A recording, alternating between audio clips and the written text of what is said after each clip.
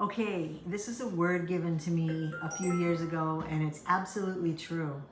As leaven in bread, so is the kingdom in man's soul.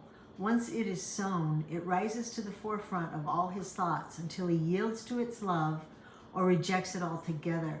And in the midst of the valley of decision of whether we're going to receive it or not, in the midst of it all, he is most miserable. But when he yields, it is resurrection from the dead and a life filled with purpose. So she can now say, I was dead, but not anymore, but now I live.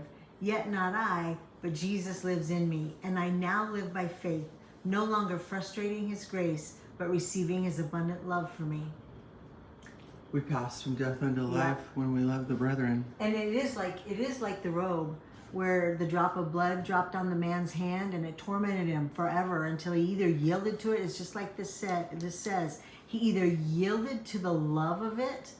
It comes to the forefront of his thoughts, and he either yielded to the love of it or he rejected it altogether. And that's our choice when Jesus is putting his finger on something. It's like leaven in bread. It comes to the forefront of our mind and we can't escape it till we harden our heart or yield. That's because we're all living tabernacles, and what we do with each other has to do if we're going to be given over to our lusts and our heart's desire, or we're going to grab the package with the gold in it and find God's word in our heart. Who shall abide in thy tabernacle? Who shall dwell in thy holy hill?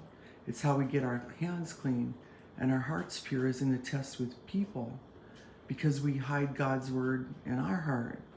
When that doesn't happen, we can't get out of lustville and out of living after our senses, because God gives us our heart's desire, which isn't hiding God's word in our hearts so we don't sin against him and giving people the full counsel of God.